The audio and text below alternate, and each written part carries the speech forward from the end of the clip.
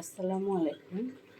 আজকে আপনাদের মাঝে নিয়ে এলাম শীতের নতুন সবজির রেসিপি। আজকে আমি রান্না করব শোল মাছ দিয়ে লাউ।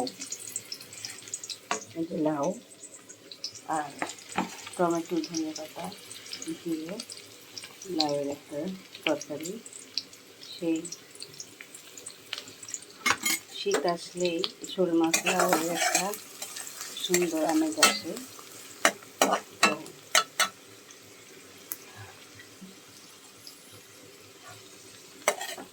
আমি কচি লাউ নিয়ে এসেছি, ভাবলাম শোল মাছ দিয়ে রান্না করি। মাছ তো ভেজে রেখেছি আগে থেকে, দেখুন। আর আমি এখানে 2 টেবিল চামচ তেলের মধ্যে হাফ কাপ পেঁয়াজ দিলাম। আর এখানে রয়েছে আদা রসুন বাটা 1 চা চামচ, হলুদের গুঁড়া হাফ চা চামচ, ধনিয়ার গুঁড়া মরিচের গুঁড়া হাফ চা চামচ, আর লবণ স্বাদ মতো। এখানে ঝালটা কাঁচামরিচের ঝালটাই খাবো আমরা বেশি করে। শুকনো মরিচ মশলা আর কি, লাউয়ের মশলা যত কম হবে তত স্বাদ হবে এবং স্বাস্থ্যের জন্য খুবই ভালো। লাউয়ে বেশি মশলা দিলে এটা স্বাদ নষ্ট হয়ে যায়। তো আমি মশলাগুলো দিয়ে দিচ্ছি, ভালো করে কষিয়ে নিব, তারপরে লাউটা দিয়ে দিব।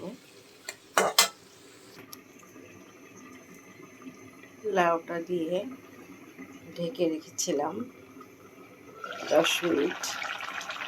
গায়ের পানি বের হয়েছে, মাশাআল্লাহ। বাজারে উঠেছে নতুন টমেটো ধনে পাতা দিয়ে রান্না করব। নামানোর আগে ধনে পাতা দেবো, এখন দিয়ে দেবো টমেটোগুলো।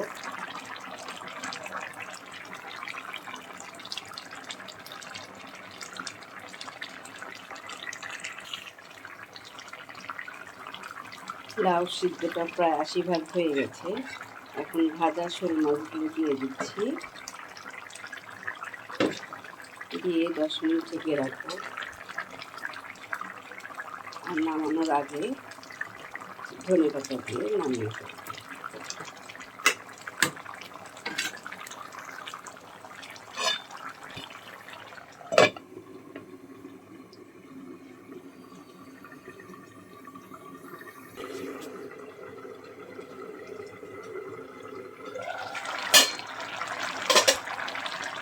মাশাআল্লাহ, খুব সুন্দর কালার এসেছে।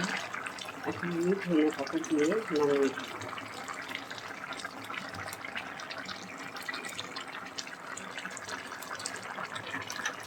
চুলাটা বন্ধ করে দিলাম।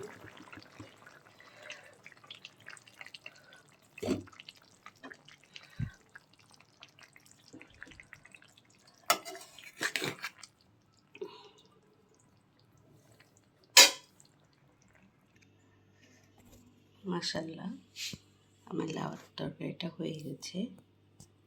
তো আর দেরি কেন, বেশি বেশি করে এই শীতে লাউ খান, সুস্থ থাকুন। শীতের সবজি বেশি বেশি করে খাবেন আর সুস্থ থাকবেন। আল্লাহ হাফেজ।